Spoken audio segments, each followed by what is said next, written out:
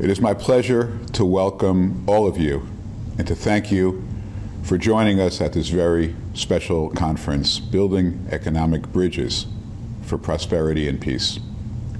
I want to thank the Paris Center for Peace and Innovation for hosting and organizing this event together with the United States Embassy in Israel, and especially our wonderful moderator, the Center's Deputy Director General, Yadin Eyal. I'm grateful that so many of you have taken time to participate, those of you in the private sector, as well as diplomats, NGO representatives, and other supporters of the kinds of critical links towards prosperity for Palestinians and Israelis that we're going to talk about this evening. All of us here tonight are part of the promise that President Trump described in his comprehensive plan for peace. Peace to prosperity, a vision to improve the lives of the Palestinian and Israeli people. The President's vision creates a path to prosperity, security, and dignity for all involved. The plan recognizes that the potential for Israelis, Palestinians, and the region is unlimited. And that is why we are here tonight, to move toward fulfillment of that promise, to reach out for that potential.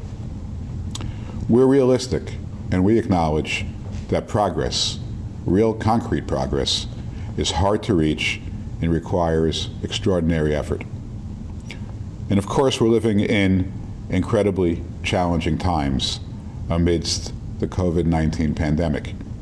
However, these challenges are even more of a reason why we should redouble our efforts to work toward peace and better life for everyone in Israel, the West Bank, and Gaza.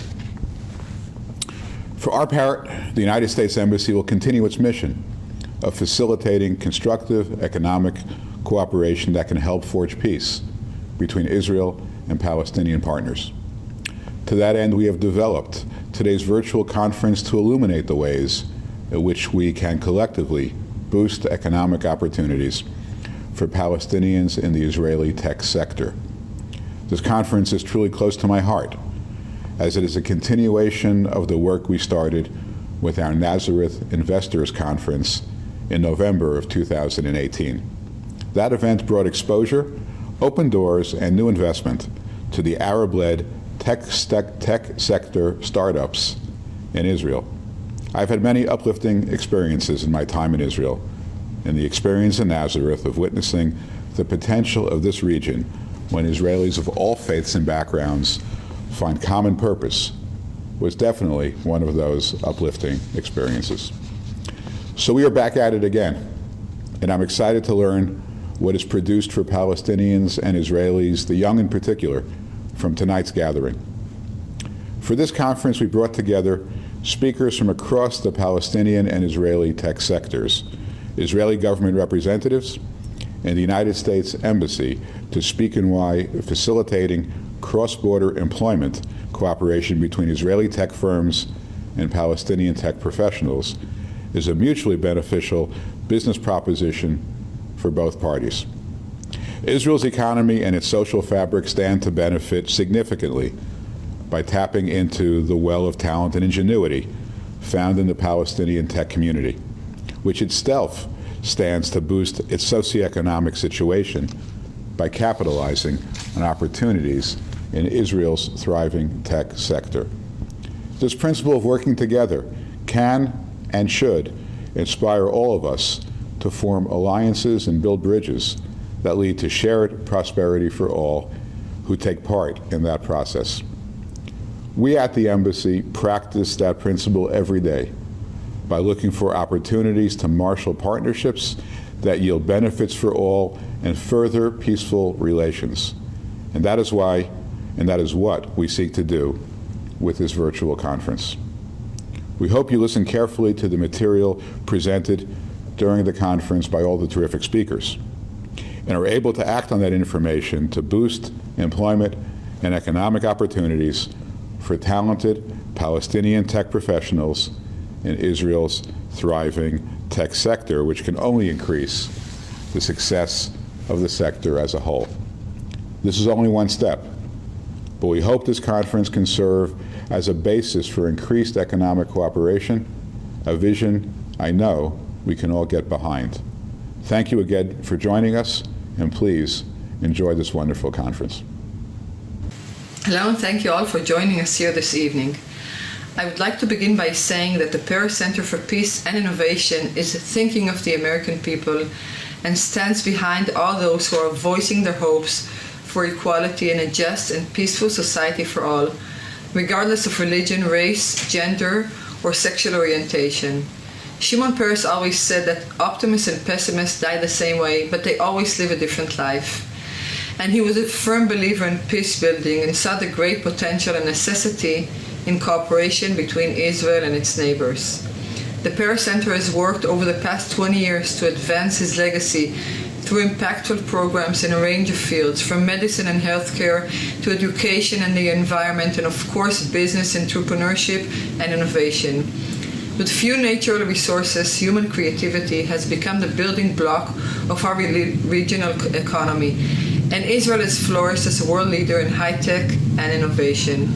It is our belief that there are significant opportunities for cooperation in the high-tech sector that can transform the startup nation into a startup region. It is both a strategic interest and moral imperative that Israel harness its knowledge and creativity for the benefit of the wider region and world. We would like to thank the American ambassador and the wonderful team at the embassy for their partnership and support for this important event. We would like to also thank today's speakers and partners who are the most relevant Israeli stakeholders who came together to make a difference in this region and promote opportunities for a peaceful future for all. It is our hope that this discussion will encourage you to join us in building a peaceful and prosperous future for all. Hello, my name is Andrew Abordinato. I'm an economic officer at the United States Embassy. We at the U.S. Embassy are very pleased that you could join us today for our virtual conference, Building Economic Bridges for Prosperity and Peace, boosting economic opportunities for Palestinians in the Israeli tech sector. Now let's start with a brief explanation of today's event. It is a key priority of the United States Embassy to promote and facilitate constructive economic relations between Israel and the Palestinian people, and we seek to shepherd any effort in support of that. Currently in Israel, there is a shortage of over 10,000 tech employees, and many Palestinian tech professionals struggle to find gainful employment. We at the United States Embassy saw this as an opportunity to marry these needs into a mutually beneficial relationship by helping to integrate the Israeli tech sector with the Palestinian talent pool. We have partnered with the Paris Center for Peace and Innovation to bring together a wide variety of speakers from across the tech sector, the NGO community, and the Israeli government to discuss why an Israeli-Palestinian tech partnership is beneficial for all parties involved. Our speakers will provide practical and actionable information that will show tech firms the various ways they can tap into the Palestinian talent pool. Following today's live conference, we will upload each presentation as an online video so that the information we provide today is publicly accessible beyond today's conference and may be used as online resources. And we very much hope you take advantage of them. Our moderator for today's event will be Ms. Yadin Eyal, Deputy Director General for Development and External Relations at the Paris Center for Peace and Innovation. Now, let's kick off our presentations and have our moderator take it away. Yadin?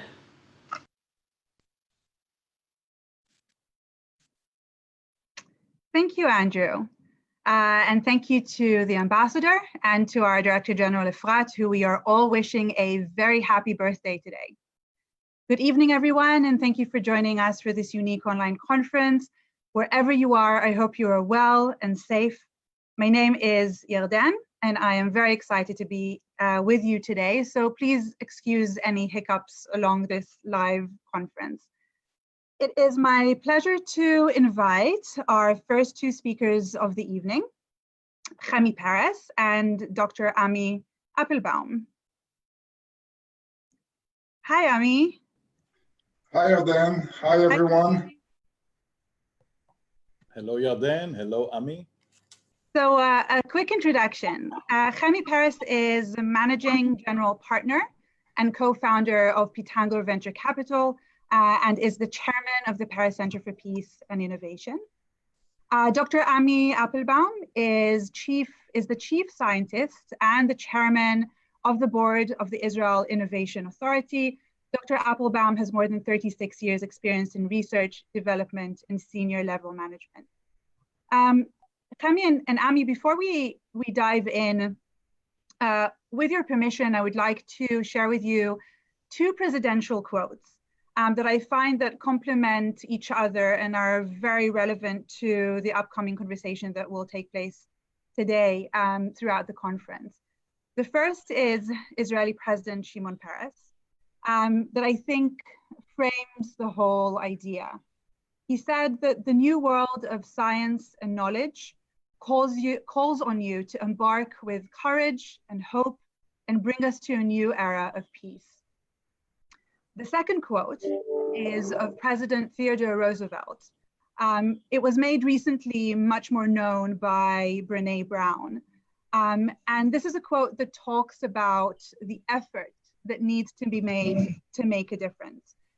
And he said, "It's not the critic who counts. It's not the man who points out how the strong man stumbles or where the doer of deeds could have done it different. The credit belongs to the person who's actually in the arena, whose face is marred with dust and sweat, who strives valiantly, who errs, and who, in the end, while he may know the triumph of high achievement, at least when he fails, he does so daring greatly."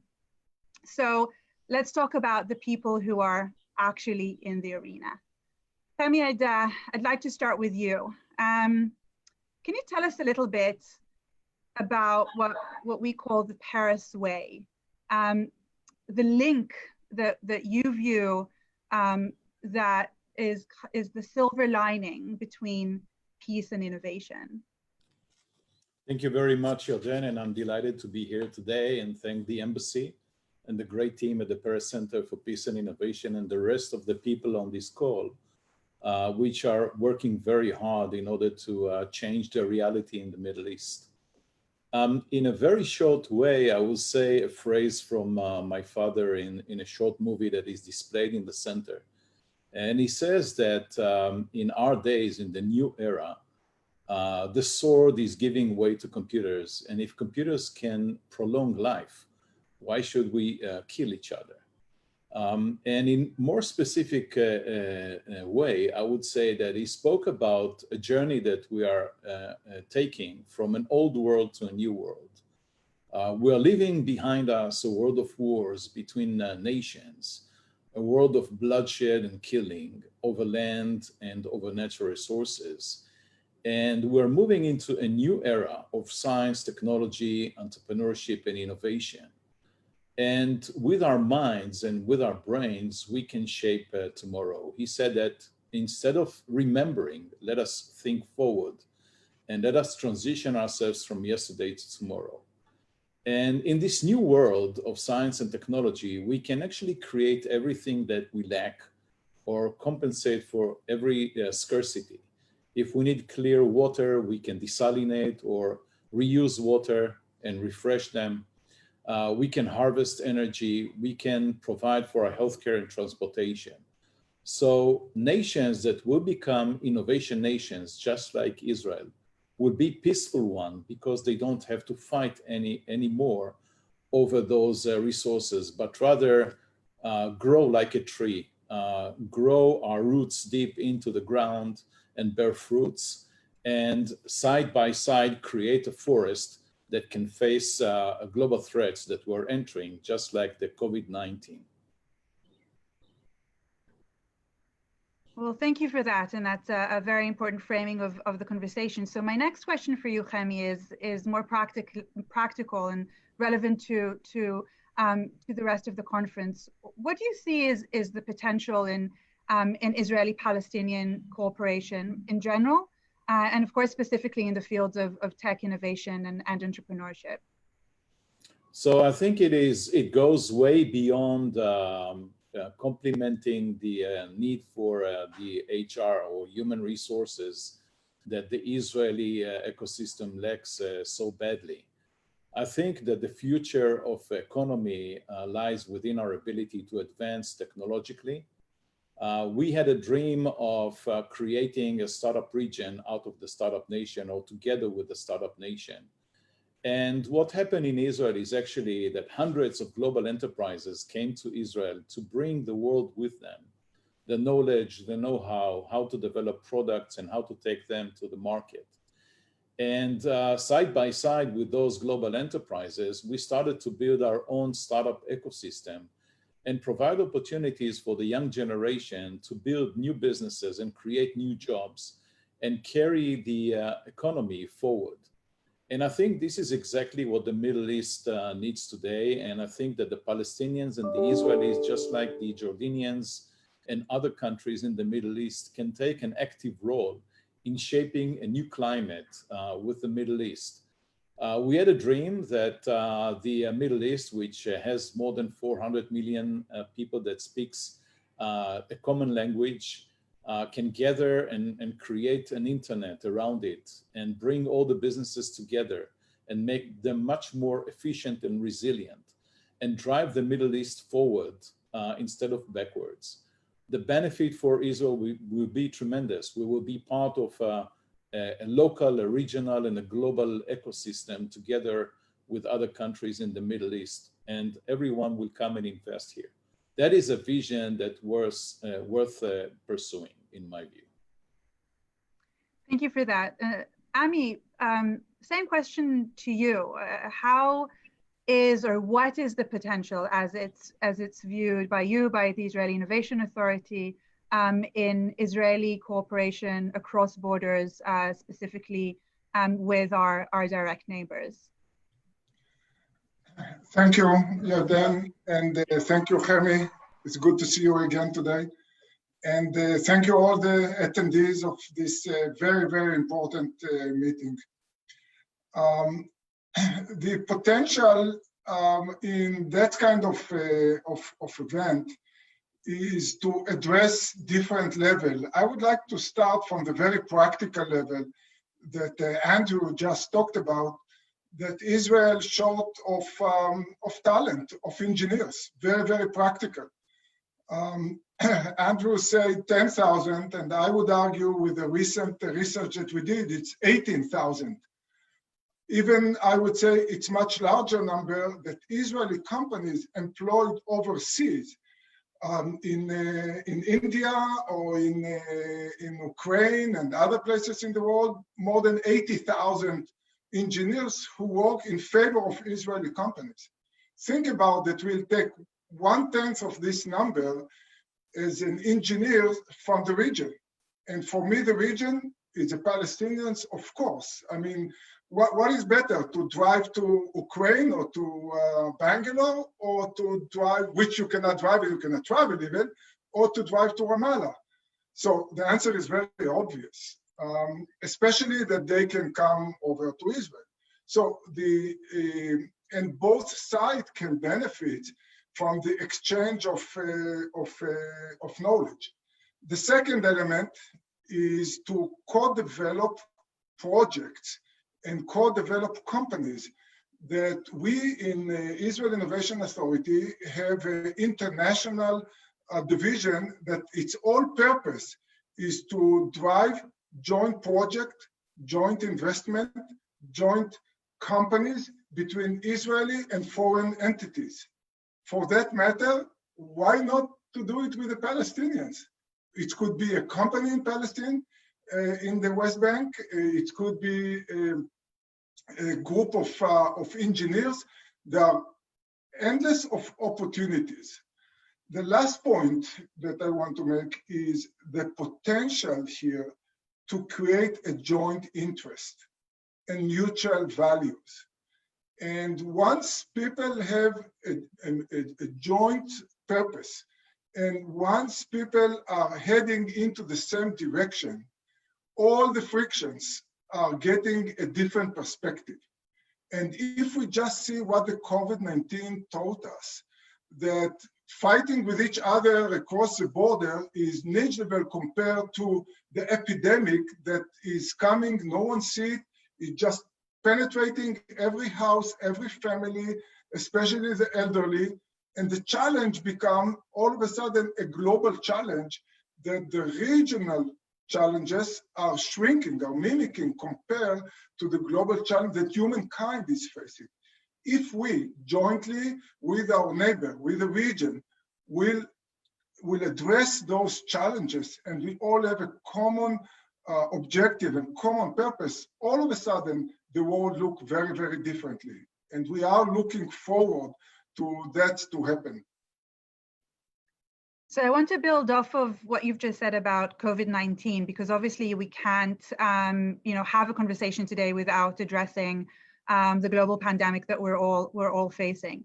And you said very rightly so that it taught us and teaches us that when we face a joint challenge, there's a lot of work that we can do jointly together. Can you tell us a little bit about what you in the Israeli Innovation Authority learned throughout the COVID-19 pandemic, whether it was in development of tech or innovation or relationships between companies or relationships between authorities and countries, a little bit of what your outlook today. Obviously, there's much more still to learn, but anything you can tell us of the thoughts and conversations happening currently.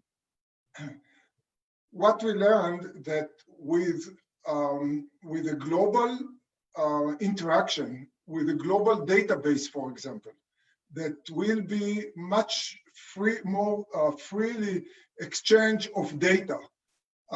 For example, today there is a lot of restriction and regulation because of the privacy issues on sharing genomic data.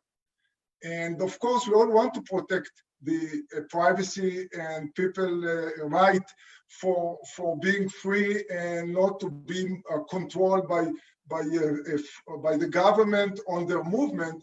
That said, it doesn't have to be in a way that you cannot anonymize those information and data, and all of a sudden to share it, and not to share it only in the population in Israel, because think about it, that China was ahead of the rest of the world with the developing of the pandemic, and if we all will learn faster from their way to react and how to react, and if we could share more of the genomic data, the clinical data, if we had a platform to do it. We have some, but not enough. Let alone, again, I want to bring it closer to home, that there is no reason why the Palestinians and the Israelis will not share more of the technology on how to disinfection area.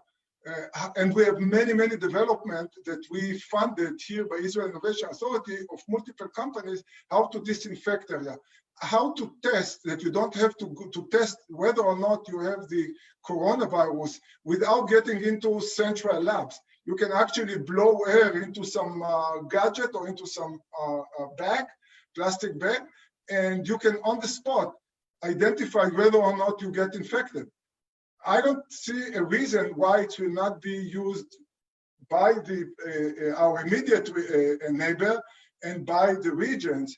And I can go on the area that we learned that collaboration is a key, because once you have the big, if you want to use artificial intelligence, you need a big data. If you want the big data, use the big population that you have. And now all of a sudden you can shorten processes of developing solution, developing drugs, developing equipment by order of magnitude because of this large data. And that's, I think, the opportunity for all of us to use. Thank you. Chemi, Ami very clearly drew out for us what is Israel's interest in cooperation, and specifically mentioned the issue of the talent that there is on the Palestinian side, and the issue of outsourcing to Palestinian professionals, which we'll deep dive into throughout the conference. But I want to hear from you, about Israel's interest in a burgeoning, growing, vital Palestinian tech and innovation ecosystem, in the idea of having an ecosystem which is growing and the potential there. What do you think of that? I would say that one of the challenges of Israel is the fact that we've been always an island, far away from the market. And for us to expand, whatever we do when we start a company, we have to be global from day one. And I think that there will be other speakers that will talk about it later on. But imagine that we were not an island. Imagine that the Middle East is an ocean where all boats can sail freely and expand and collaborate and have partnerships from the very beginning. Think of a company that starts in Silicon Valley without moving. They are in a local, regional, and national and a global market without making an effort to fly over to other territories. So I think that it is critical that we have a smooth growth for every startup that starts either in the Palestinian authorities or in Israel or in somewhere else in the Middle East. That's a tremendous opportunity. The second thing is think about the market that is adjacent to us. Israel does not have a market. We are so small that nobody comes here because of their interest in the market. Imagine that what we innovate can actually be implemented in the region. What kind of a market we would create and what kind of investments it will be attracting from around the world. You see what the Chinese have done with their speaking, the Chinese-speaking language. They managed to build huge companies, and we all need to understand that the empires, the economic empires of tomorrow are empires of the mind, of technology, of science. It is so happening in the US, it is so happening in China, it is starting to happen in Israel.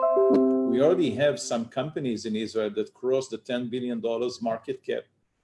From Checkpoint to Wix, Solar Edge will be there, I hope soon, and other rising stars. Why not having it across the Middle East?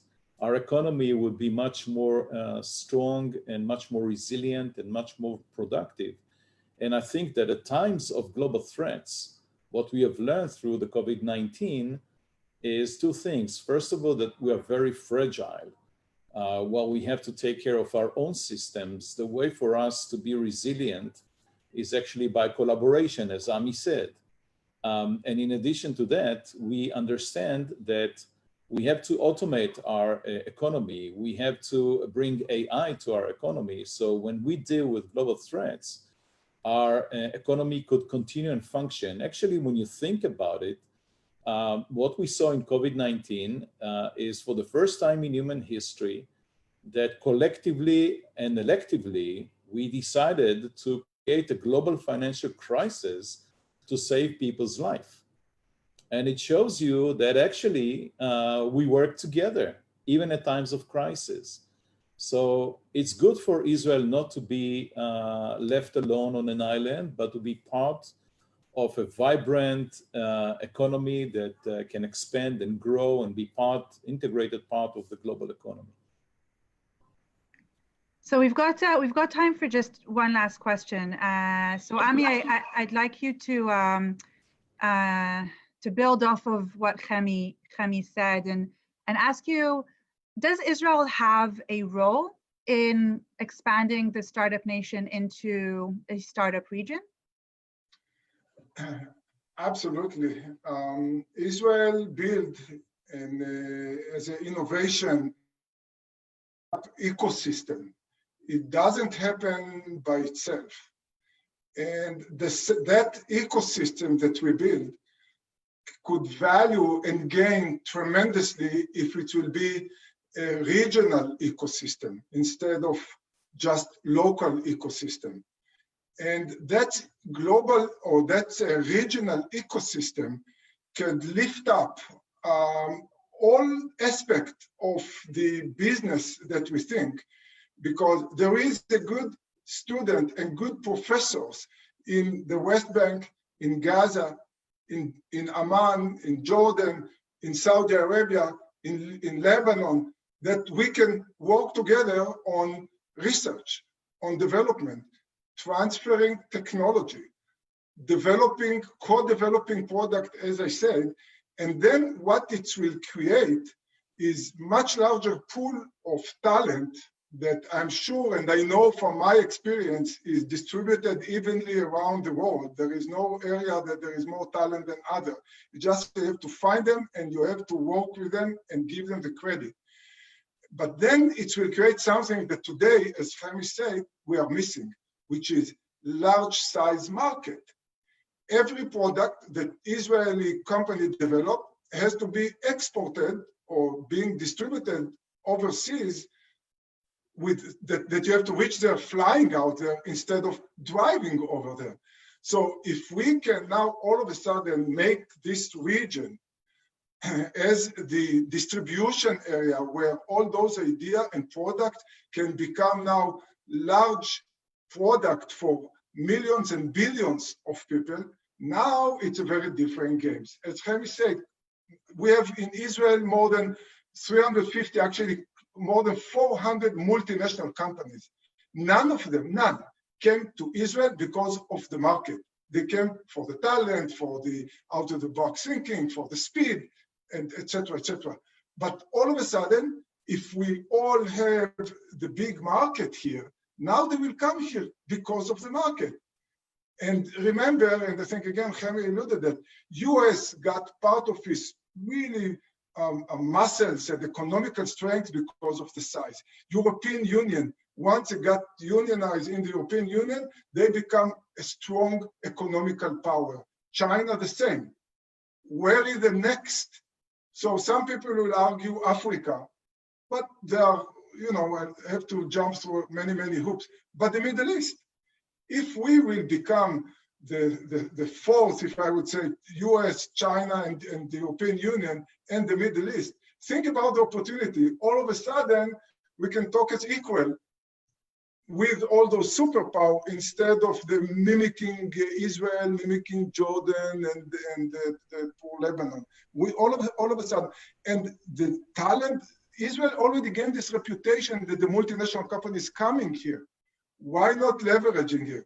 We have a big opportunity that sooner we manage it, sooner we harvest it, we're better off, and the world will be better off. By the way, if you bring Africa and the Middle East together, think about that. It's really hard to drive them. Well, Chemi and Ami, thank you so much for enlightening us. Thank you for your very optimistic and very practical outlook on the potential, and thank you so much for your time. Thank you. I want just one closer. President Barack Obama said that the peace is at the end of the people. Let me just thank the Israeli Innovation Authority for their close partnership to the Paris Center for Peace. And let us dream. And as my father said, no room for small dreams. Let us dream big. Thank you. Thank you both. Thank you. So Zika, are you there? Yes. Hi. I'm here. Hi. So good to see you. So good to see you, and I'm grateful for the opportunity to speak right after Chemi and Ami, because I think it's my privilege now to prove by example that what they said is actually doable. Yes, very, very true. So Zika, you are, for anyone who doesn't know, you are a VP at Cisco. And among many other things, you are the company's lead on the country digital acceleration program. And you're also one of the pioneers in the establishment of cross-border work with the Palestinian innovation ecosystem. With your permission, before we dive in, I'd like to talk a little bit about the facts and figures, so we have something to grab a hold of. We know that today there are 13 Palestinian universities that teach ICT-related courses, leading to about 3,000 ICT-related graduates per year. We know that more than 350 ICT-related companies in the West Bank and Gaza are providing a full spectrum of IT and business process services. We know that the Palestinian ICT sector contributes to around 8% of Palestinian GDP, or $637 million. We also know what was mentioned, that there is currently a lack of anywhere between 10 to 18,000 programmers in Israel. We know that when contrasted with other outsourcing destinations, the Palestinian tech sector often brings comparative advantage in labor costs and proximity, the infrastructure that is already there, cultural similarities, language skills, and talent, of course. And so if we take all of that into consideration, we can understand that cross-border tech cooperation can address a pain point in Israel's tech sector, while also reducing Palestinian unemployment and importantly, building mutually beneficial business partnerships. And that today there are already companies, including Intel and Oracle, Mellanox, Microsoft, Nokia, Western Digital, Wix, HP, and of course Cisco, who have already capitalized on the opportunity. But it's important to say that Cisco was actually one of the first to join these dots and start promoting this kind of cooperation. So tell us, how did it all start? What is the history behind Palestinian outsourcing in Israel? What was the vision? How did it all start? Okay, so it was in 2009, beginning of 2009, John Chambers, then the CEO of Cisco, came to Israel as a guest of President Perez, and to launch a few initiatives that we did together. And on that visit, we went with him to Ramallah to meet with President Abbas. And then John Chambers made a commitment that Cisco will invest $10 million in trying to build a new model for job creation in Palestine, in the West Bank. And as the commitment was made, we actually, President Abbas selected people from the Palestinian government and the private sector to be a kind of an advisory board for us. And we started talking and trying to figure out what it means and how you do it.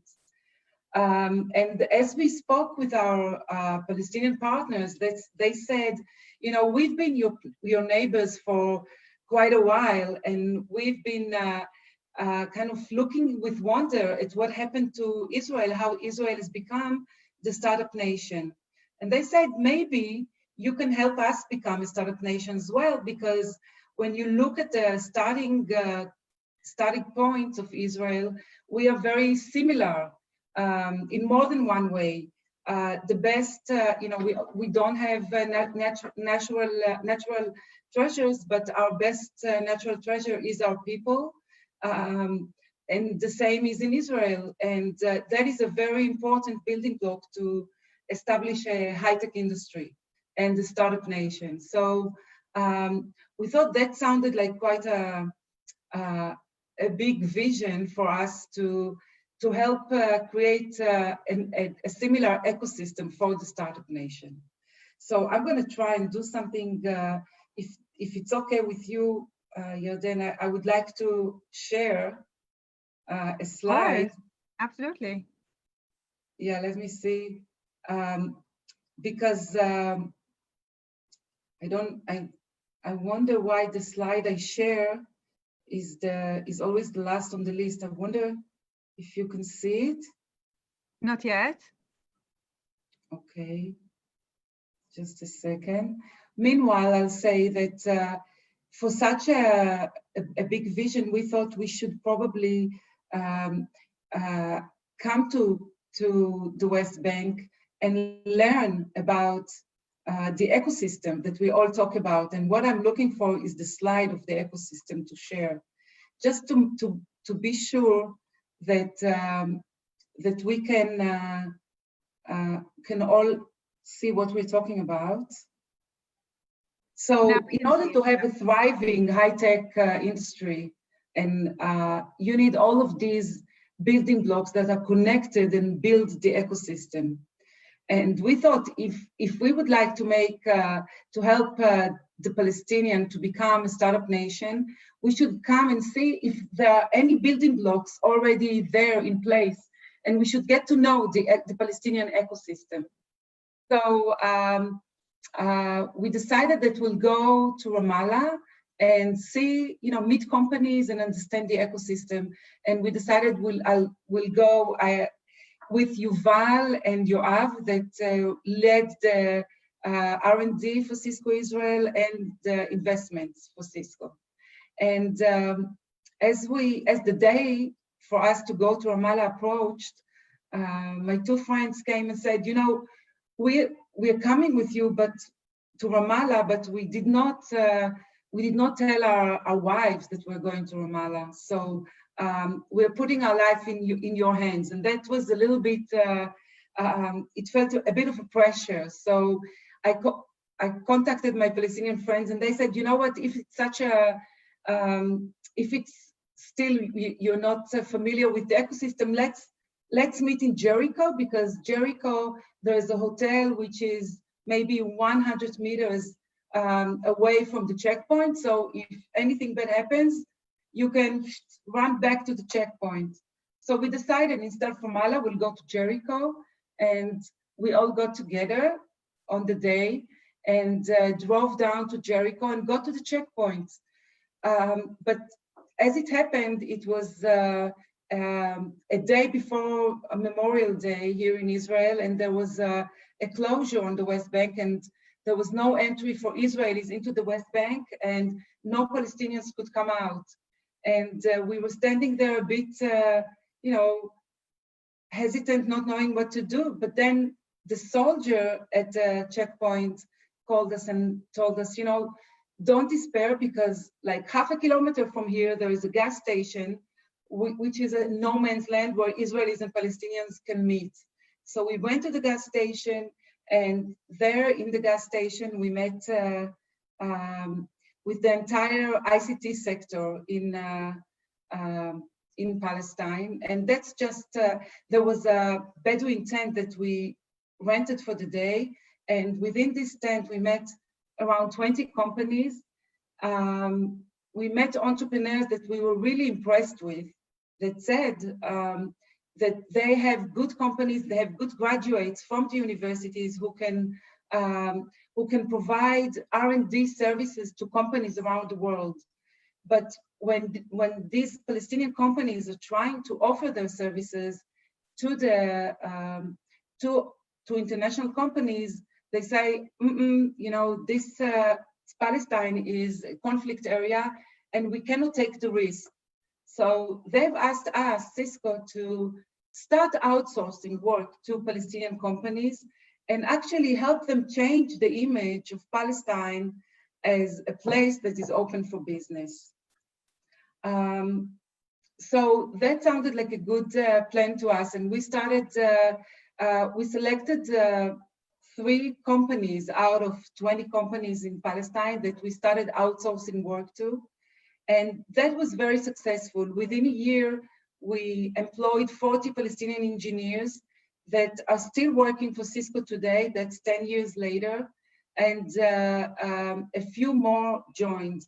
And this was one of the building blocks of the ecosystem. We also helped invest in a venture capital fund that Yadin established together with Said Nashef, and I see he's speaking after me, so he's probably going to tell you about that. Yeah. Zika, though, can you do me a favor, because we really want to see you? So can you unshare the screen again? Okay. So see you. All right. Just press unshare. There you go. Yeah. Oh. Perfect. Okay. Yeah. Good. Okay. So let me. So I stopped talking. Yeah. You have an opportunity to ask me a question. Okay. Here we go. So I'm going to take the opportunity. So you gave us this remarkable backstory of how this all began, and it began in most significantly in 2009. And since then, things have developed and grown. what is the situation today? You started talking about that a little bit. And more specifically, what are the opportunities for the future as you see them in this kind of cooperation? So I would say that, we started outsourcing and we kind of selected a few building blocks out of the ecosystem to invest in, but everybody else as well participated in the efforts. The thing, and one of the things that we thought was our duty is to share our success with other international companies. And for that, we recruited USAID, which is important. And this is a part of what should make it more successful, is creating a coalition of different entities that have an interest, because USAID could come in and help other companies to come and invest and try outsourcing and help with mitigating the initial risk. And that was very helpful, and that helped the growth. Now, I think that one of the things that are required is a construction of a coalition of stakeholders that are interested in even be the plan that is on the table today, collaborating businesses with the government, with other entities together to set the vision that Chemi and Amanie stated so well, and to work together towards it. And I'll say one more thing that I think is important. I think from the point of view of the business, we played a different game. It was a win-win because we want good employees that deliver on time and work well with us, and that, so we won, and the Palestinians that work with us won because they've learned how to work with an American company, and many companies sprouted out of the work that we've done. So that is a different kind of game of a win-win, rather than the political game that is being played of a zero-sum game where whatever I win, the other side loses. And I think we can change the game and play a win-win game across the board. That is very, very significant. And President Peres always said that for him, peace building is win-win. So that's extremely significant. We've got probably another minute and a half left, but I do want to ask you another question. I think it's important to say, we're talking a lot and we'll continue to talk about outsourcing. That's the point of the conference, and there's a lot of potential there. But that's just the beginning, right?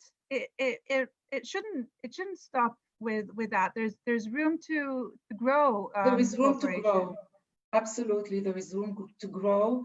And the work that we've done, I actually, in this 1 minute that I have, I will tell you that the work that we've done in Palestine with the Palestinian partners was, I would call it manual today, because today we've developed an application and a digital way to connect, and actually, the Corona crisis kind of expedited it. And now you could work, people who work from home could work from home in Tel Aviv or in Ramallah or, across the region, and you could be a part of a team and collaborate and work together. And we also have the technology to enable that. Zika, as always, you are absolutely wonderful. Thank you so much for sharing and taking the time to be with us. Thank you. It was a pleasure. Bye. Bye-bye. Bye.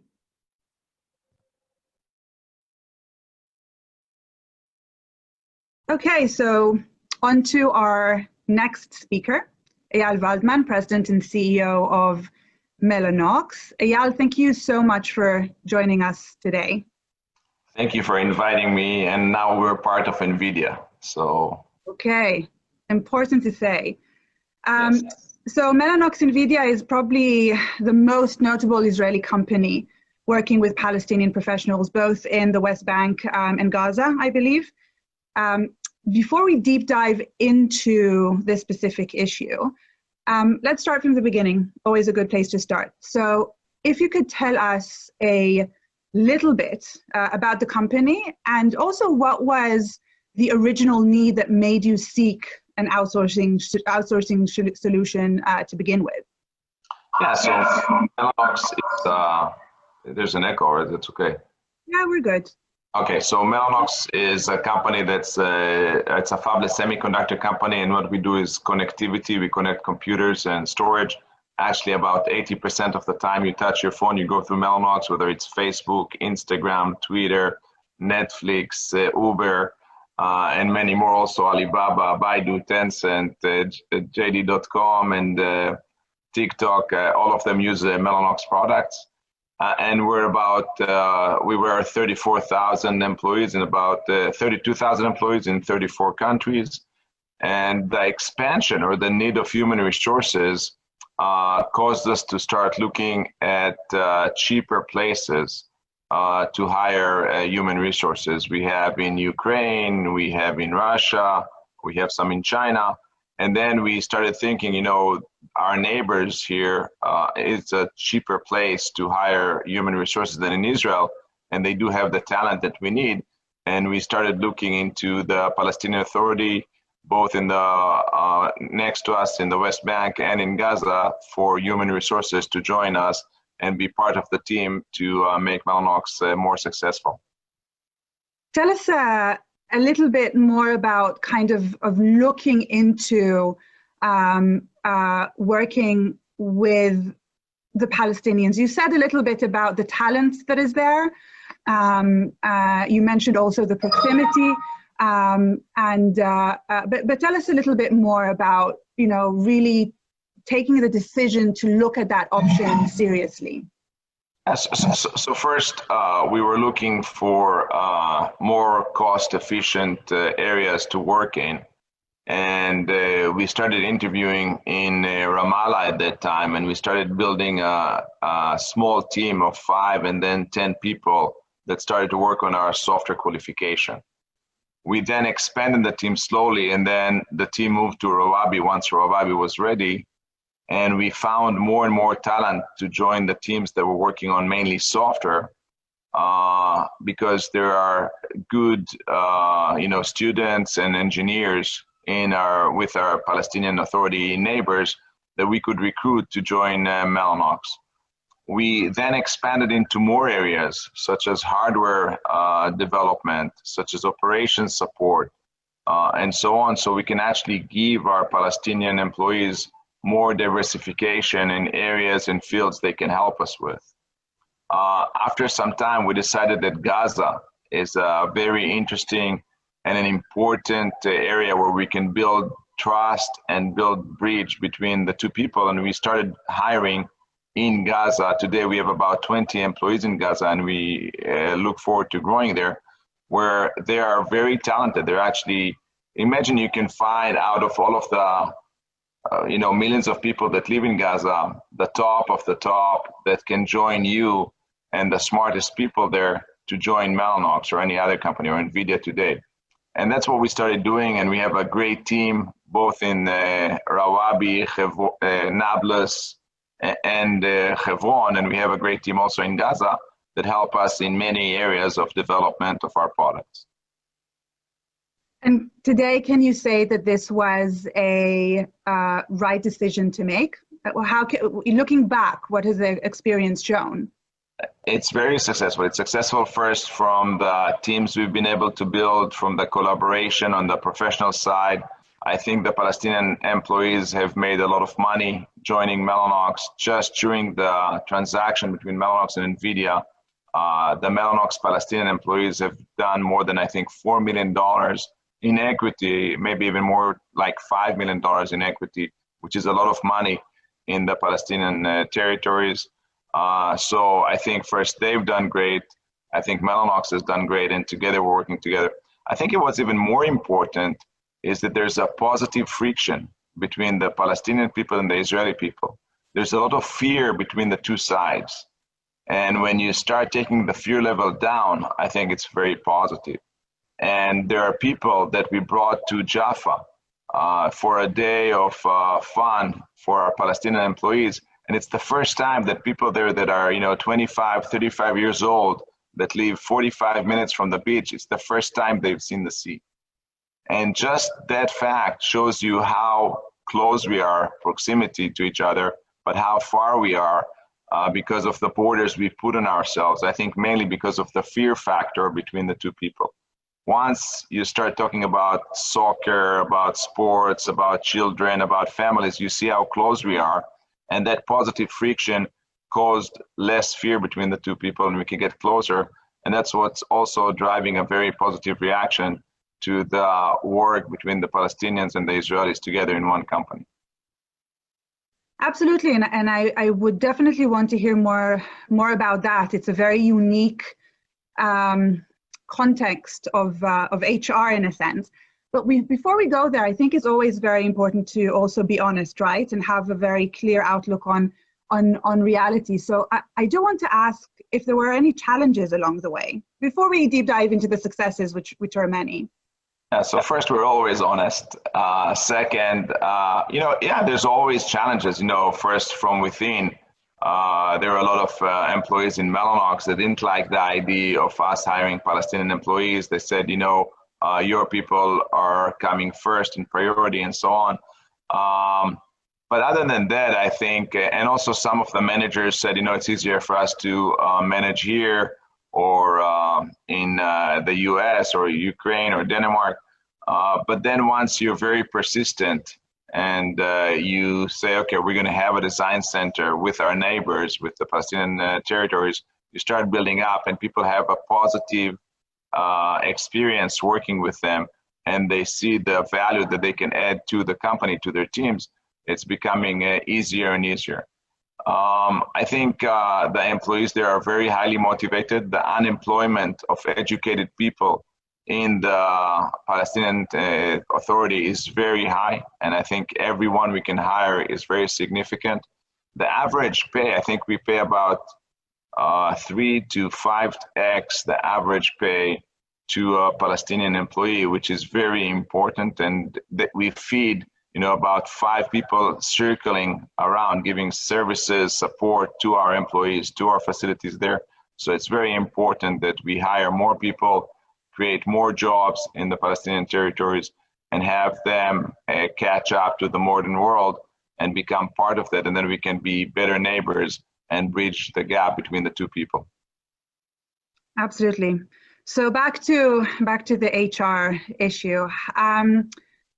We'll talk a little bit about managing a team of employees who are specifically Israeli and Palestinian. But even before that, we're talking a lot about the importance of the high-tech sector and the innovation ecosystem to be more diverse, more inclusive. But how do you lead a team which is so diverse and so inclusive? Everyone has their own needs, their own holidays, their own culture.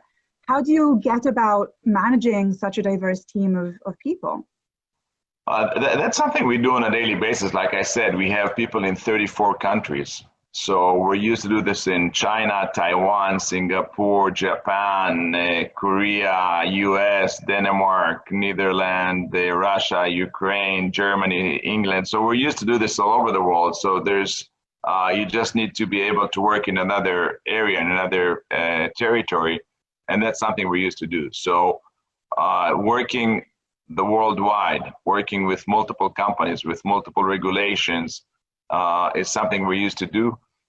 There may have been small, higher burden to open and start the activity there, but once you're done, it's pretty easy. It's like everywhere else. And you need to comply to the regulation, the law with the Palestinian authorities. The one thing that is unique to the Cross-Border Corporation is that you are actually leading a team of employees. Bless you. Thank you. You're actually leading a team of employees within the context of a national conflict. So Mellanox is obviously an NVIDIA, these are private companies, this is a non-political conversation, but we cannot ignore the context around us. And you are leading a team of employees within a conflict. How do you go about that? Yes. So first, NVIDIA is a public company. It's not private, but it's not in a government-related stuff and so on. So, but it's a very good question. We had 3 small wars while working with the Palestinians. We had the second Lebanon war, and we had 3 operations in Gaza, and we had a lot of our team, sometimes 30% of our team went to Lebanon, and about 25% of our team was in Gaza. So we were fighting in Gaza, and we had soldiers from Mellanox being in Gaza at the same time employing people in Gaza. And that didn't disturb us. And I all the time made sure that our employees keep working and that our soldiers in the reserve duties in Gaza are okay and safe, and we sent them whatever they needed and supported them in that. So this didn't cause, at least in my eyes, any issue, any problem. Both sides knew what's happening and why it's happening. So the fighting had to go because there are people that want to harm us in Gaza or elsewhere, and that's where we need to act in a military way. But people that want to live and work with us and be a neighbor in a good side, we're very open to that. We extend our arm for peace, and we keep working, even though while our forces and our own employees are in Gaza, we still want to work together, employ and build a bridge, and maybe be able to create peace between the two people. So you work in this geopolitical environment where forces stronger than you make you do things that you need to do in order to protect and continue living the way you want in freedom in the way you want to live. But at the same time, you maintain the neighborhood relationship, the employment relationship with the teams in the Palestinian territories to try and make things better for both sides. Absolutely. So let's also talk about the global context we're in, right? And specifically COVID-19. Can you tell us a little bit how the pandemic affected the company, how it affected, if at all, the cross-border cooperation, how the company reacted to the global pandemic? Yeah, so Mellanox is always ready for disaster, and we have drawer plans for many things like tsunamis, earthquakes, fires in some of our facilities, and many hurricanes and many other disasters that hit us from time to time. So we are ready for everything, for continuity of our supply, our commitment to our customers, and we never missed anything. Also, during the corona, we've realized very early, very fast, this is going to be something big. So we've made sure that we are manufacturing in multiple sites. That's already we're doing for years. So when China shut down, we moved manufacturing to India and Israel. When India shut down, we moved it to Taiwan and some back to China. So we were actually ready for something like a disaster like the corona pandemic effect, and we were ready. On top of that, we were able, because we're spread in so many places, to use our employees in different territories to bring medical equipment, protection equipment, medicine to the teams here, also breathing machines to Israel, because we understood that the people that will get their hands first or earlier on those equipment, on this gear, will be able to bring it to their countries, and there was a race to do that. To Mellanox itself, it was actually very positive. We grew up 40% year over year. I think more people working from home, more learning from home, everything done on the web, increases the use of the data centers. And we're seeing even today a great increase in our revenues and use of our products everywhere around the world. And with all of our product lines are growing very, very fast. So for us on the financial side, it was very positive.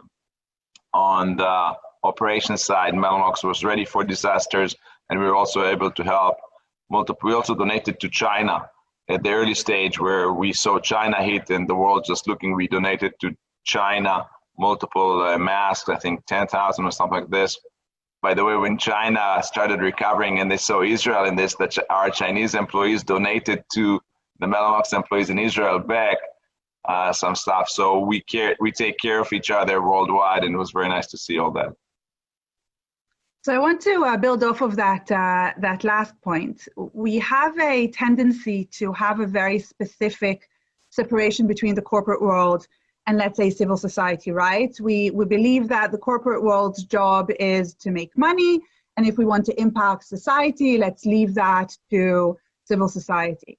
But we're seeing more and more and more the role that the corporate world is taking for the benefit of society. So how do you see that if there's a role? Well, obviously, since your previous response, you do, but is there a role for the corporate world? Does it need to take a stance and a stand? Does it need to be part of society? Does it need to promote positive impact? Does it need to promote peace building?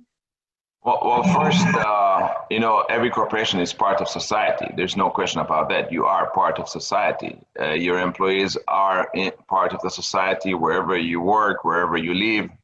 You want them to live better. You want to take care of the society you live in. You want to take care of the societies your employees, your people live in. So the answer is very much yes. We're very much minded to that. And we think we can improve and do things that I think are important for the societies. At the same time, the number one responsibility of a financial organization is to be profitable. And that's nothing that no one can ignore. So that's something that you must put as priority number one for every management team: be profitable, be stronger, grow faster. And that's priority number one. Now, doing that, if you can at the same time actually benefit on the social side or geopolitical side, that's even a double blessing. Or you can gain more both financially and socially. That's something that I think a lot of corporations can do.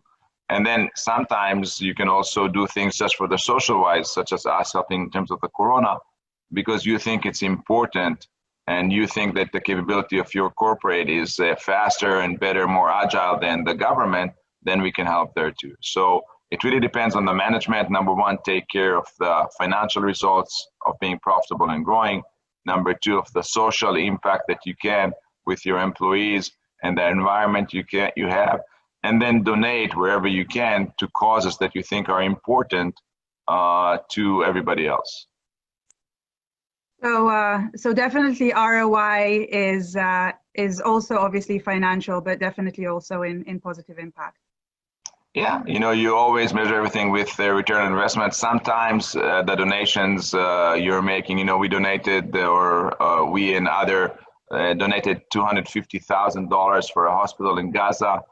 We think it's important that our neighbors have the right medical care level and the quality of the Western world. So everything we can help there is also important there. There's no return on investment. It's just being a good neighbor and helping build the hospital, connecting it to the infrastructure, which they lack the money for. So it's important to be a good neighbor, understand you want to create peace, work together towards that. And at the same time, if you can benefit financially, that's also good. Eyal, thank you so much for taking the time. I think your story, your message is not only important to the cause of this conference, but to what we're all trying to achieve for the benefit of everyone in this region. So thank you so much for your time. Thank you very much. Thank you. Bye-bye.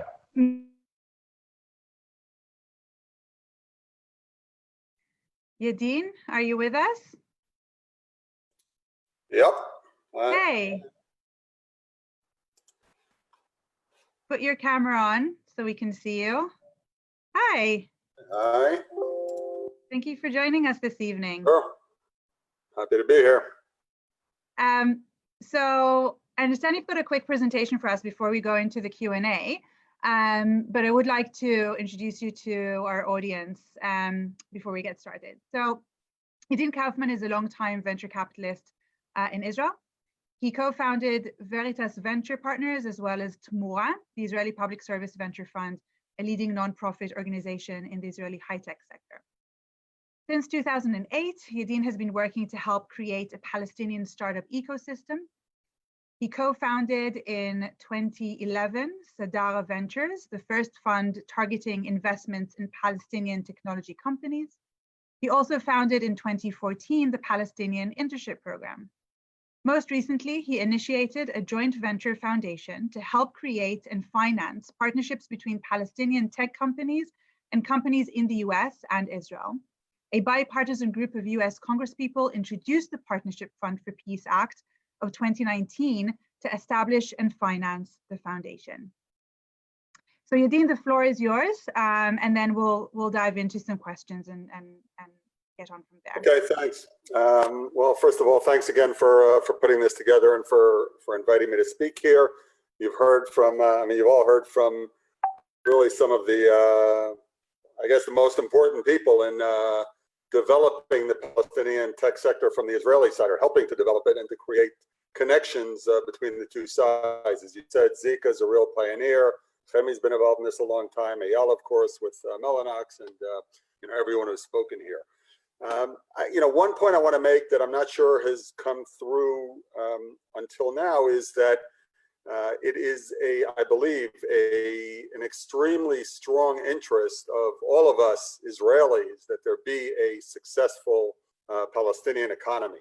And just as, and I'll explain why in a second, but just as technology has been a driver for the Israeli economy and society, I think all of us here who've spoken believe, and certainly I do, that technology can help be that engine for growth in the Palestinian economy. And the gaps between wealth and opportunity and income between the Palestinians who live so close to us and Israel are enormous. So if the average GDP per capita here is about $40,000 a year, in the West Bank it's something like $3,000 a year. Okay, so a ratio of about 1 to 13.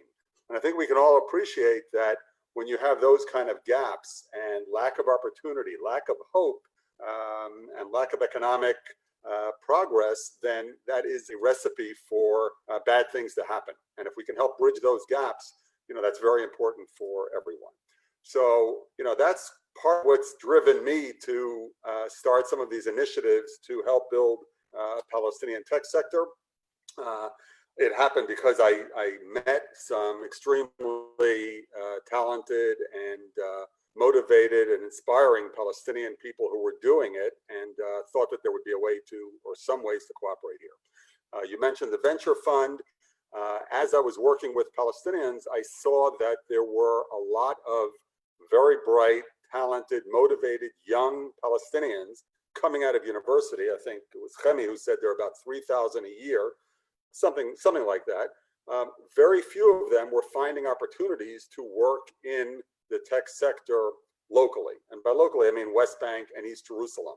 So many of the more talented ones were leaving for the Gulf, or leaving for the US, or maybe staying where they were, but leaving the tech profession. And this was a big loss to the Palestinian economy, this brain drain. So I said, we have here in Israel, as Ami mentioned, 400 or so of the world's leading multinational companies, tech companies, and countless hundreds, thousands of successful Israeli tech companies. So let's find a way to, put one and one together and give some of these talented young people an opportunity that they won't have back home. And that was how the Palestinian Internship Program got started. Started about 6 years ago, 6.5 years ago by now, with Zach Fenster. It's being run today by Anna Goal, very capably. And what we do with the internship program is we find really some of the best and brightest recent university graduates from Palestine, and we connect them with internship opportunities at companies in Israel. So both multinational companies and Israeli startups, Israeli VC funds, and so on. If I can, I'll try to show you a slide of just some of the companies that have been involved. Share screen. If it works, great. If not, we'll manage without it. Tell me when you can see it, if you do. Okay, not yet. All right, whatever. If it comes up, great. If not, I'll just mention some of the companies who've been involved. So we've had Google, Teva, Intel, HP Indigo, Cisco, Pitango, Veritas, many companies. So we've run 10 cycles of the program so far. Twice a year, we run a cycle. We've gotten tremendous interest on the part of young Palestinians because they've heard by now that this is just an opportunity that they will never get back home. And sorry, you still can't see the slide? No. Oh, Okay. wait, let's see. Yeah, there we go. Now we can see it. Okay, so there are some of the things. There are some of the companies we have 200 applicants every cycle that we run from West Bank and East Jerusalem, really some of the brightest young Palestinian university graduates. We have a bunch of companies, not enough. And then Anna takes the best of these 200. We choose about 40 finalists and we try to match them with internships at companies in Israel. And even if you out there listening are not yet Cisco or Mellanox, if you're a startup, if you're a small Israeli company, if you're a medium-sized Israeli company, we'd love to talk to you. Reach out to Anna, A-N-N-A, at palinternship.com, and she'll be happy to follow up. The internships run for 3 to 6 months. We hear from you about what it is you're looking for in an intern. Are you looking for someone in R&D? What kind of skill set? Is it marketing? Is it finance? What have you? And we will send you, Anna will send you the CVs of candidates who may be relevant for you. You'll interview them. If you like them, then we'll facilitate the internship. We work closely with the Minhal Ezrachi, the civil administration, COGAT. I think we'll hear from them. They've been extremely supportive of what we're doing, very helpful. They vet the candidates. They give permits to whoever needs. And then we help manage the internship. You, the company, pay the interns at least minimum wage in Israel, which is about 5,300 shekels. And I can tell you that the experience of, I think, almost all, maybe even all of the companies here has been fantastic. They've gotten a huge return on investment. And yeah, so Yadin, let me, if I may just focus on that for a second, because I think, and if you can just unshare the screen so we can see you again. There we go. Because I think is an important point here that you're talking about, and the audience for this conference is the Israeli ecosystem. So this is exactly the people that you're looking for. If I am the CEO of an Israeli company, why should I consider taking on a Palestinian intern through PIP? Okay, well, there are lots of reasons. Number one, because we're giving you access to a pool of extremely bright, talented, very motivated young people who can contribute a lot to your organization, okay? Even if it's only 3 to 6 months. And I'll mention, by the way, that most of the interns, I think a majority of them, have been asked by their host companies to stay on beyond the internship period, okay? So many of them have stayed on for a few extra months. A couple of them have been in their companies already for several years. I think someone's been at HP Indigo, a woman in marketing, for about 3 or 4 years now. Somebody at WebTeb. There are a few companies that have had people already for quite a while. That's not the goal of the program, okay? I want to mention the goal is not to solve employment problems for Israeli companies. The goal is to give skills and opportunities to young Palestinians so that they can go back and help build their economy there. So one is access to a fantastic talent pool. Number two is, if your company is interested in learning about, perhaps it's already marketing in the Arab world, having someone who is obviously a native Arabic language speaker, has maybe better access than you do to some of those markets, can be extremely helpful. Diversity, it's kind of common wisdom by now that the more diverse a company's workforce is, the more successful that company is. Well, you can't get much more diverse for an Israeli company than having a Palestinian working in your company. There have been some incredible cultural bridging stories that come out of this program. It's really heartwarming. And by the way, I'll just make a pitch and encourage any of you. We run graduation events at the end of every cycle. We're probably not going to be able to do it now in the wake of Corona, but we had the last one in January at Google in Israel, and it was just an incredible scene of people, alumni from the program, current interns, people at Google, obviously, which was a host company, and lots of other people from the Israeli and Palestinian tech sectors coming together, and it's incredible. So those are some of the reasons. Plus, as I mentioned, the bigger picture, macro motivation, I guess, of doing something to build a bridge with the Palestinians, with the Palestinian economy, which I think is incredibly important for a lot of reasons. So the other side of the coin is the question is, I'm a young Palestinian woman, just graduated from university. Why should I consider interning in an Israeli company through the program? Okay. I'm glad you mentioned Palestinian woman, because it so happens that when you look at the male-female split, it's 48% female, 52% male, okay? Pretty remarkable, not what I expected going into this, and we didn't give preferential treatment to women, but that's an incredibly high percentage. And we've had some really fantastic interns, both male and female. Why would a Palestinian woman do this? Well, for many reasons, the same reason a Palestinian man would do it is that they will never have this opportunity, or not never, today, they do not have the opportunity if they live in Ramallah or Hebron or Bethlehem or Shechem or wherever they're coming from. We've had people from all those places, refugee camps nearby, whatever. They do not have those opportunities back home. Okay, so yes, there is the beginning of a Palestinian tech ecosystem. It's great. It's got huge potential. There's some great companies there, but it's still very small. Okay, there are not the kind of companies, unfortunately, not yet, the kind of companies that they can come to here, work for a few months, get something fantastic on their resume, meet people, build a network, gain skills. And by the way, it's not just the internship. We also run workshops for all of our finalists. So I mentioned we choose 40 finalists each cycle. They all get the opportunity to participate in a number of workshops that we run each cycle. So they're all getting value, even if we don't manage to eventually match them with an internship. And and if you look at the results, and I think this is what's motivating a lot of those 200 to apply for the internship program. You look at the results, well, we actually studied 56% of the interns were unemployed when they started, and when they finished, after they finished the program, and when we track our alumni, 43% of them are working already in new jobs, 28% are still at their host companies, okay? And 8% of them have gone on to start their own companies, including a couple of those young Palestinian women that you wrote to, really fantastic young entrepreneurs.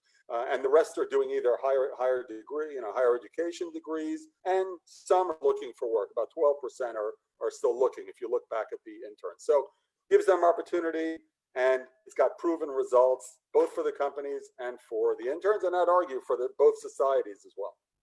Yeah, absolutely. I agree. And I think the final bit of what you said about the facts and figures is extremely important. And I talked about that with Eyal Waldman, that return on investment can be measured also in impact.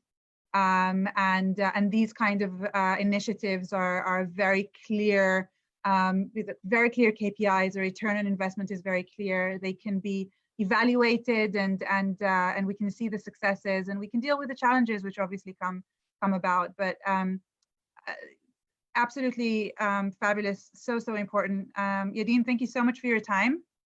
I just want to, sorry, before I leave, I just first of all want to acknowledge, because this is an event in which the U.S. Embassy is involved. I do want to acknowledge the support of USD, which was mentioned in another context, but they were instrumental in getting PIP off the ground. And again, I want to encourage everybody who's out there.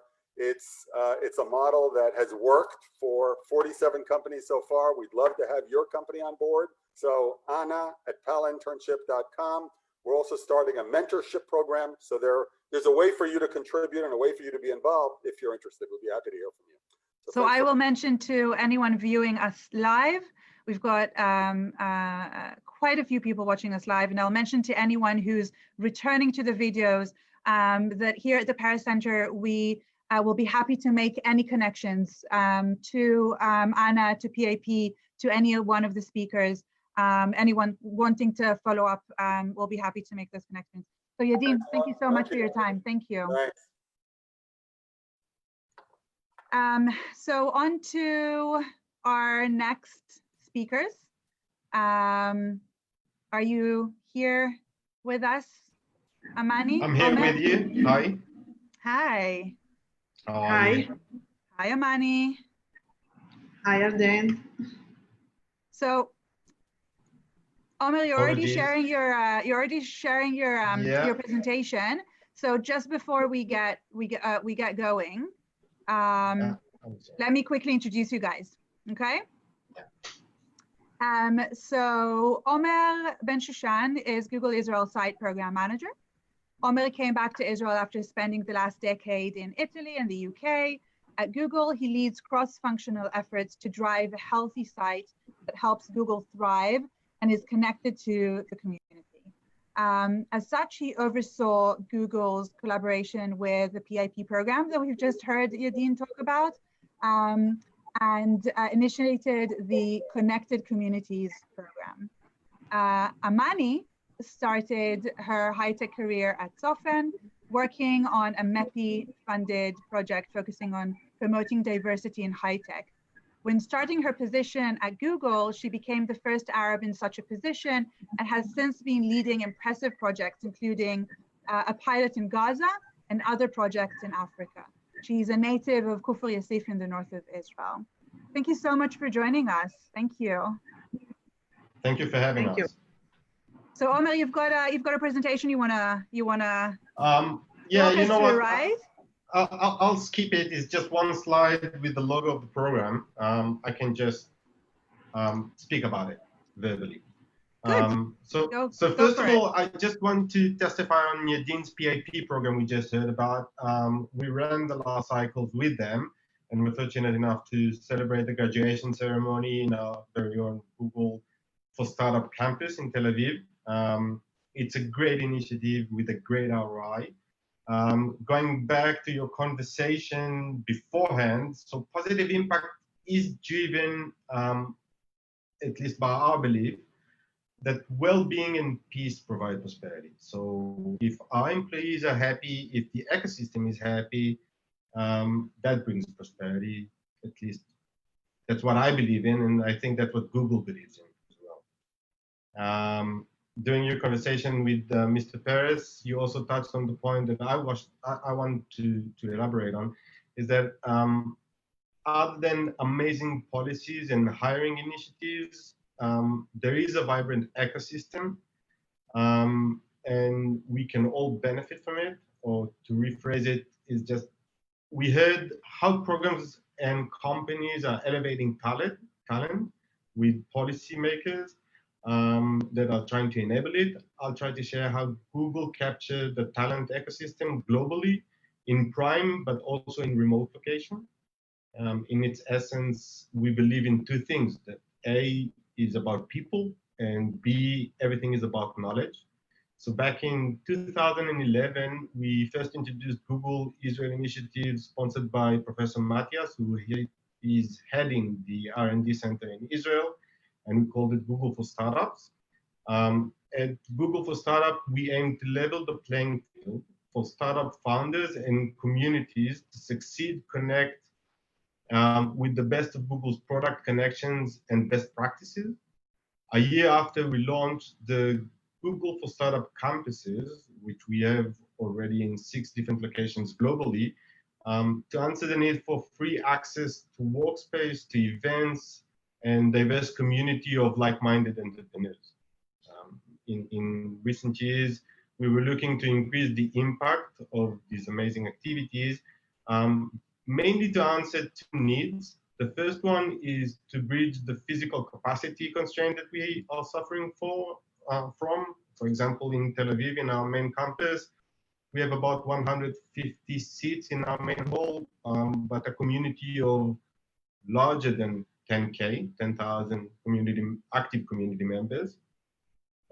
Also, and maybe mainly and more relevant to this forum, we wanted to move the geographic barriers. So as you can expect, no one can expect entrepreneurs to invest more resources in the traveling,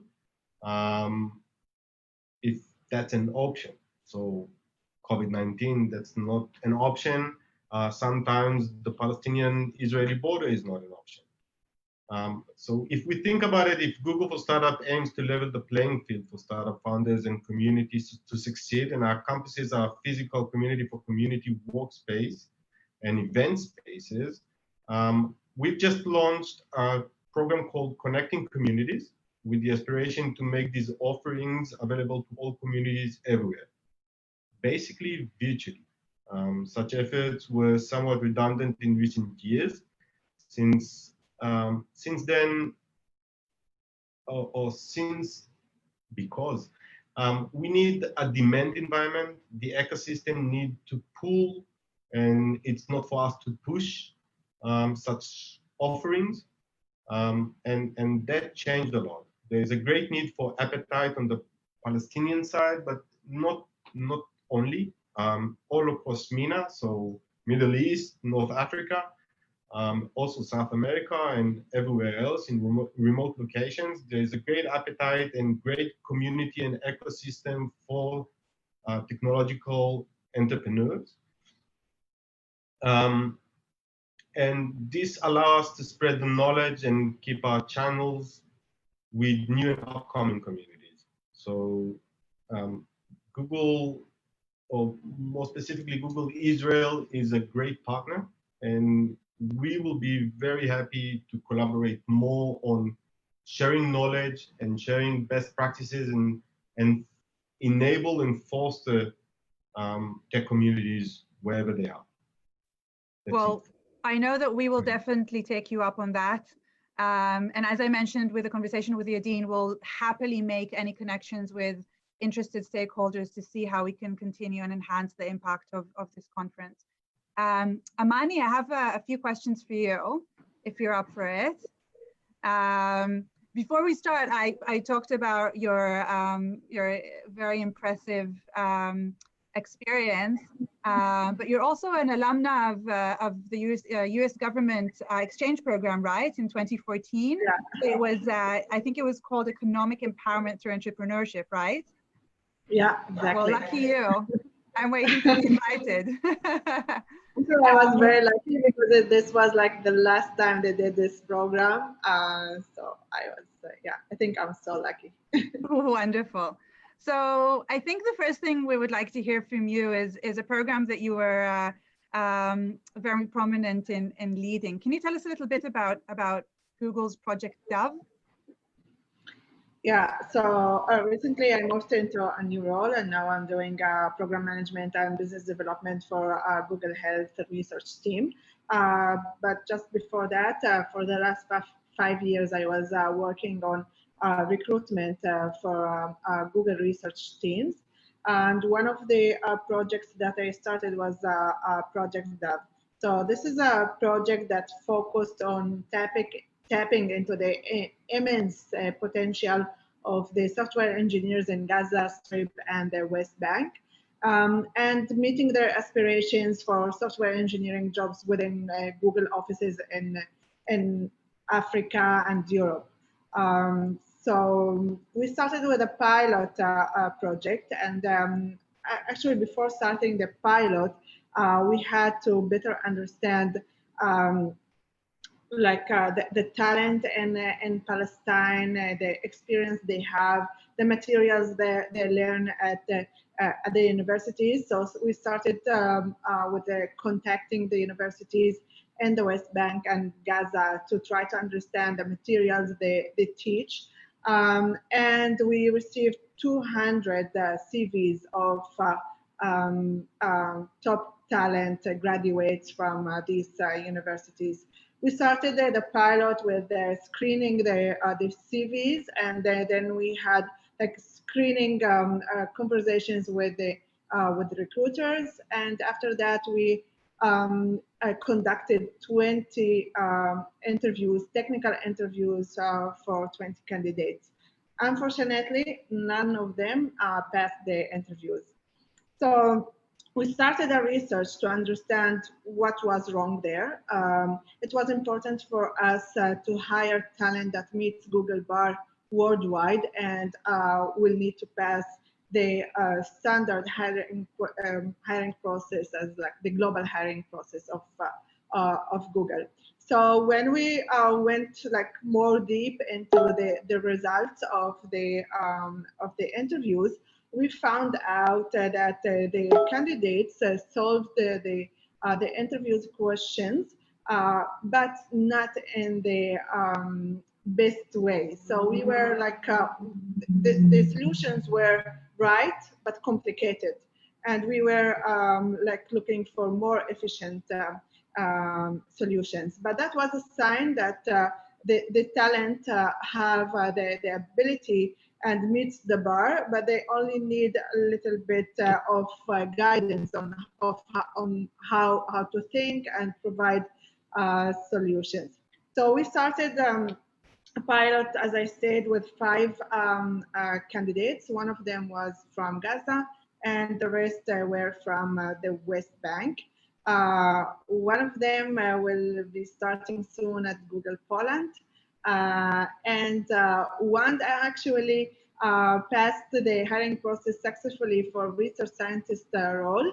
But unfortunately, as of the slowing down in hiring processes now because of the COVID, so currently we're not moving to the offer stage.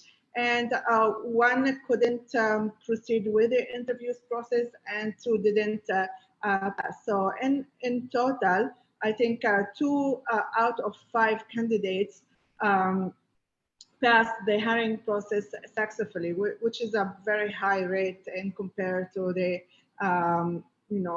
the pass-to rate in Google hiring processes.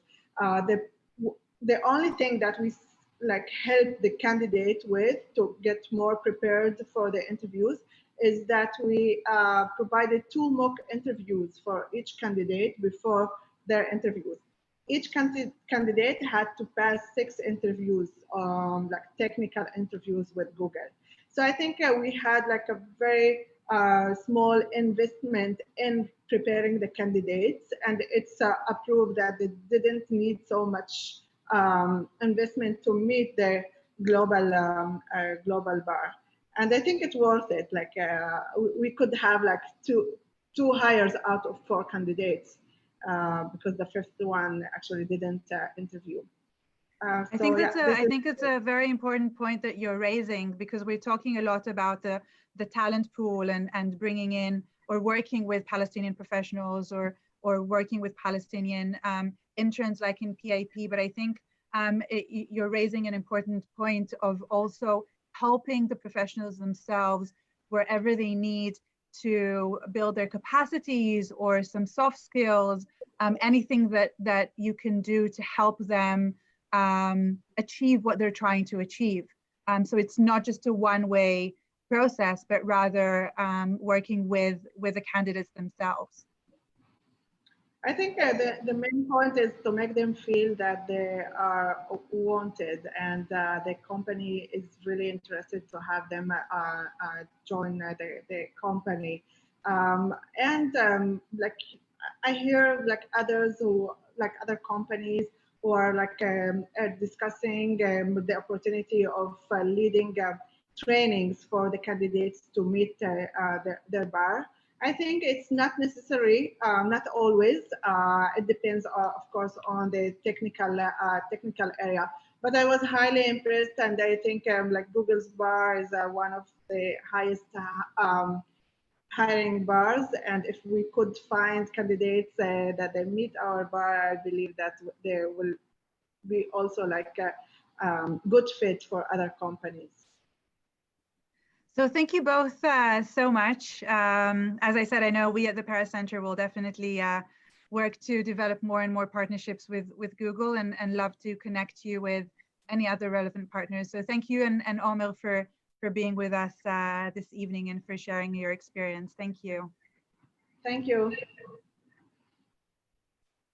And now we will hear from our last 2 speakers, 2 presentations. From David Simcha, the chair of the Israeli-Palestinian Chamber of Commerce, and the CEO of the Chamber of Commerce. And we will hear from Lieutenant Colonel Moran Hadad Benjamin, head of the economic division at COGAT.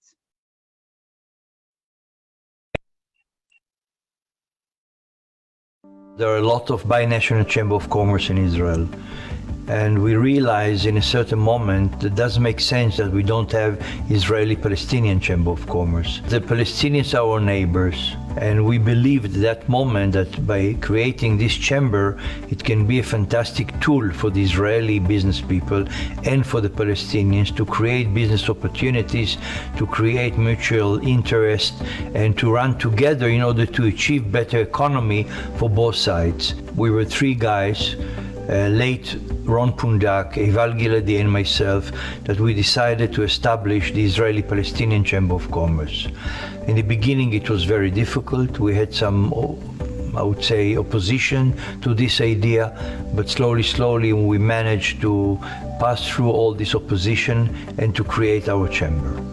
We are there in order to help and to support and to create opportunities for the Israeli business people, and at the same time for the Palestinians. We believe strongly that there is a strong Israeli interest that the economy of the Palestinians will be strong and stable. It's very difficult to live close or to have neighbors that normally having something between 25 to 35% unemployment. This is something that is not good for them, and definitely it's also not good for us. From time to time, we are running projects in order to put more attention to a certain field. The Palestinians are willing to cooperate on energy, on high-tech, on health. We decided to start with the high-tech. A project supported by the EU, carried out by the Israeli-Palestinian Chamber of Commerce, Paris Center as a co-partner. It is divided into three main sectors. One is the educational part, which build up the capacity of management skills in the ICT industry for team leaders and for CEOs. The second part is building some kind of cooperation between companies for outsourcing of Israeli companies' projects to the developing ICT industry in Palestine. Almost 400 startups and companies that are looking for work, looking for project, looking for idea, looking for development.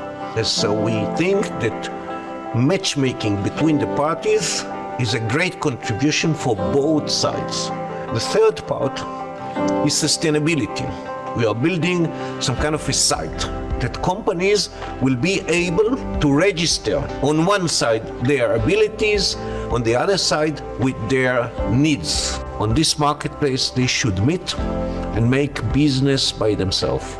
This is the sustainability of the project. This is the long run possibilities for cooperation even after we finish the project. On the Israeli international side, there is a great need for this kind of services that the Palestinians supply, and on the Palestinian side, there's a great need for work and development. At the end, is the win-win situation. We got only very positive feedbacks, and we think that this project might only grow and might only develop. Thank you, ladies and gentlemen, for giving us the opportunity to present our project in front of you. We hope to see you active in the field and joining any project with the Palestinian. Thank you very much.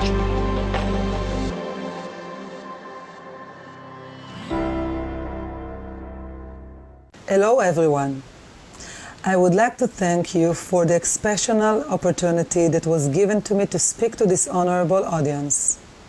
Events like this constitute an important base for promoting issues from an idea to planning and turning it into reality.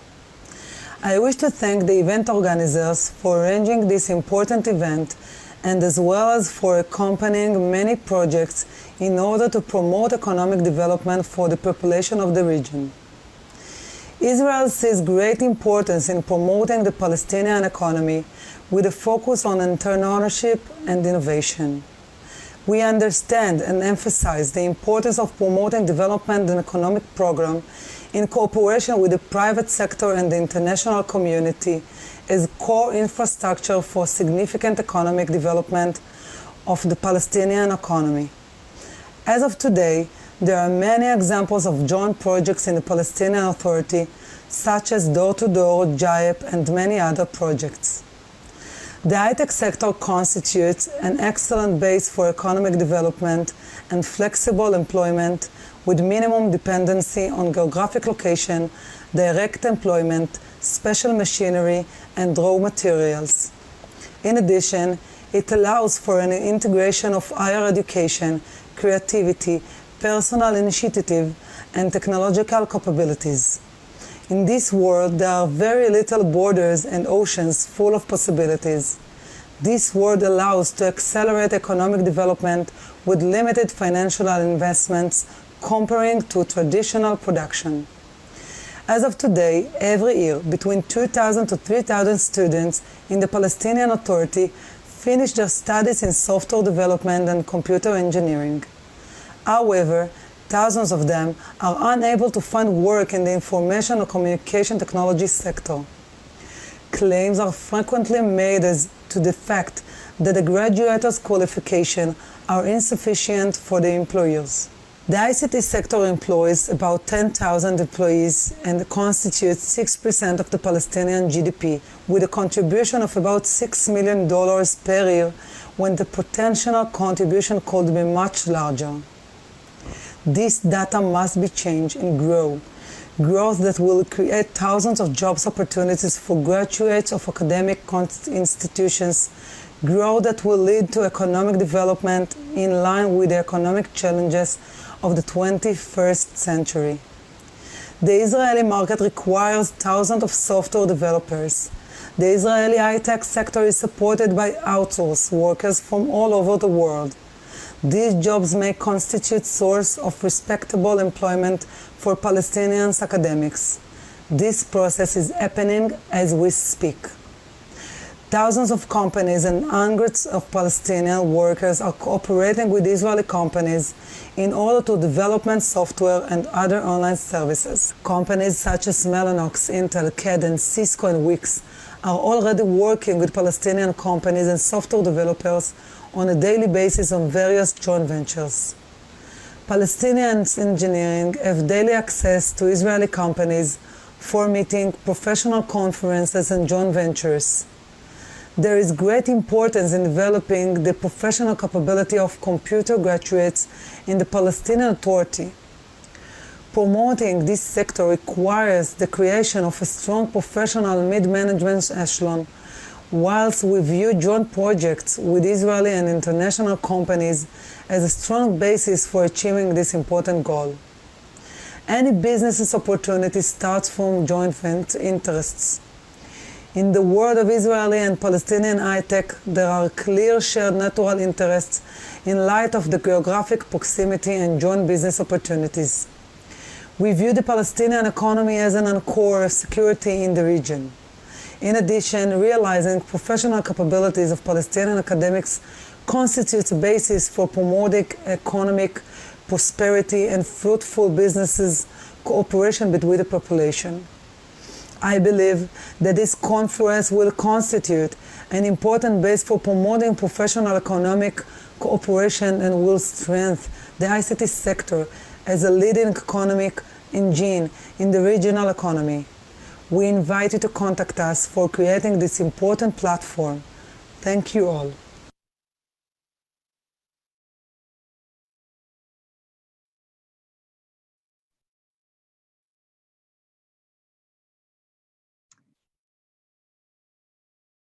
I would like to thank all of our speakers today and thank all of you watching.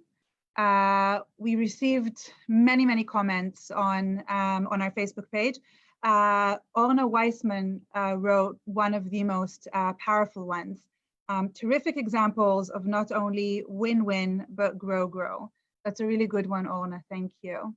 And as a reminder to you all of the conference content, including a detailed deck of relevant information, will remain available both on this Facebook page and the Paris Center website. We hope that you will return to this toolkit for a practical guide to promote this kind of cooperation yourselves.